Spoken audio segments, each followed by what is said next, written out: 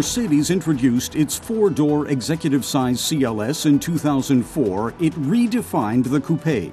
The CLS had coupé body styling, but four doors. For the second generation, Mercedes has added a station wagon based on the CLS platform, the CLS Shooting Brake. This luxury sports car boasts a fifth door, a big tailgate with generous cargo space.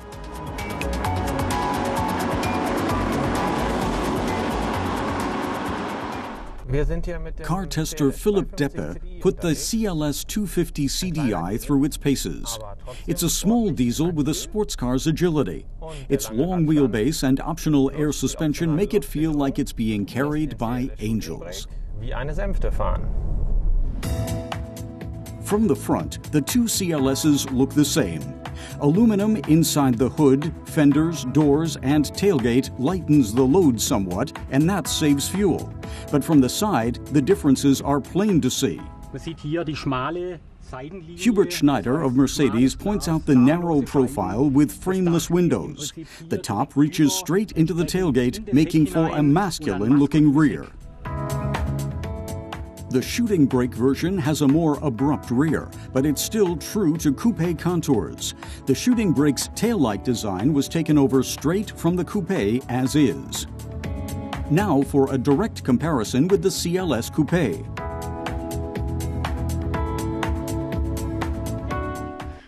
Mercedes' Johannes Reifenrath explains that when they first presented the CLS in 2003, many people, even co-workers, were asking why. But there was definitely a market segment looking for a smart, elegant, and yet practical car. That's why Mercedes came out with the CLS.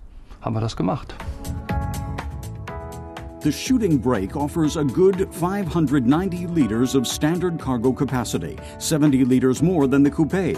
1,550 liters are possible. If desired, the trunk can be finished in cherry wood trim. Elegant is the word for the interior as well. The clear structures and tastefully arranged materials make the CLS look neat and tidy.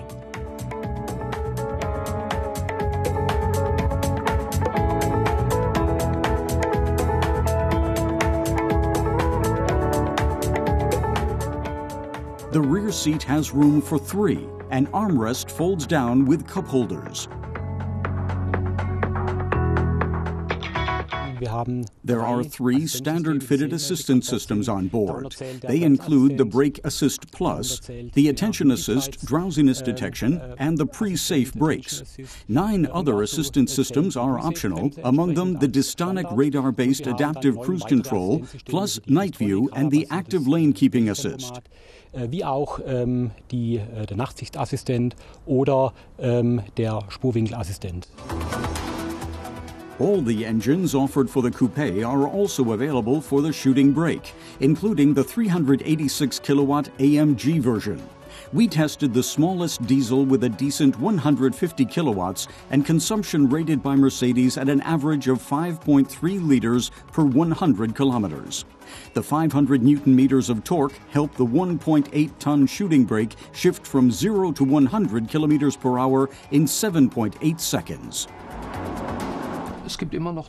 Johannes Reifenrath of Mercedes tells us there are still markets that are hard to break into with the station wagon, the American one, for instance. He foresees the company selling about 75% of the Shooting Brakes in Europe and 6 to 10% in Japan and China each. And what does our car tester Philip Deppe think of it in the end?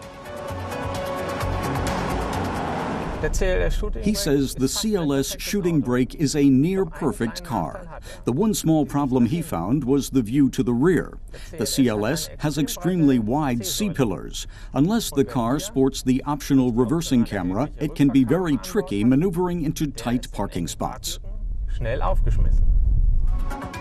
At a starting price of more than 61,000 euros in Germany, it may not be a good idea to save on the reversing camera.